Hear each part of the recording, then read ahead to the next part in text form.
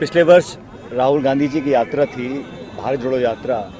4,500 kilometre पैदल चले कन्याकुमारी से कश्मीर तक। उस यात्रा का बहुत सकारात्मक प्रभाव पूरे देश में पड़ा और उसके पश्चात कांग्रेस पार्टी की वर्किंग कमेटी ने राहुल जी को आग्रह किया था कि जनता ये मांग करती है कि पूरब से पश्चिम एक और यात्रा निकालें, और कार्य समिति के सामूहिक आग्रह पर उन्होंने यात्रा के लिए हाँ भरी। क्योंकि समय कम था, इसलिए यात्रा कुछ हिस्सों में पैदल है, कुछ गाड़ियों में है। लेकिन यात्रा का जो उद्देश्य है, जिसका उल्लेख अभी जयराम जी ने किया, वो बड़ा स्पष्ट है कि देश में पिछले 10 साल में जो हालात निर्मित हुए हैं उसमें असंतोष है, कहीं ना कहीं तनाव पैदा किया गया है। और जो वंचित वर्ग है, वो हर जाति बिरादरी के जो लोग, जो किसान वर्ग हैं, महिलाएं हैं, आदिवासी हैं, दलित हैं, उन लोगों को उनकी भागीदारी मिले, उनकी हिस्सेदारी मिले। और ये जो खाई बन गई है अमीर गरीब की, 10 साल का जो आर्थिक नीतियाँ बनी हैं उसके कारण ये खाई बनी है।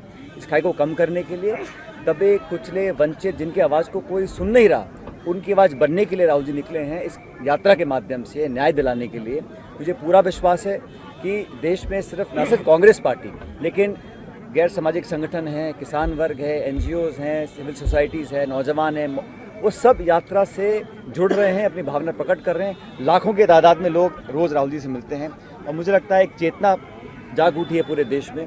इस यात्रा के सकारात्मक प्रभाव पड़ेंगे, एक विचारधारा को मजबूती मिलेगी और निश्चित रूप से जो कांग्रेस का कार्यकर्ता है, अपने आप में एक ऊर्जा का संचार उसके होता है और आने वाले समय में इसका राजनीतिक लाभ भी मैं मानता हूँ संगठन को मिलेगा। लेकिन छत्तीसगढ़ में यात्रा आई है, यहाँ पर सरकार भले न हमारी बनी हो, लेकिन हमारी सरकार की जो नीतियाँ थीं, जो पॉलिसीज़ थी, जनता ने बहुत उसको पसंद किया है।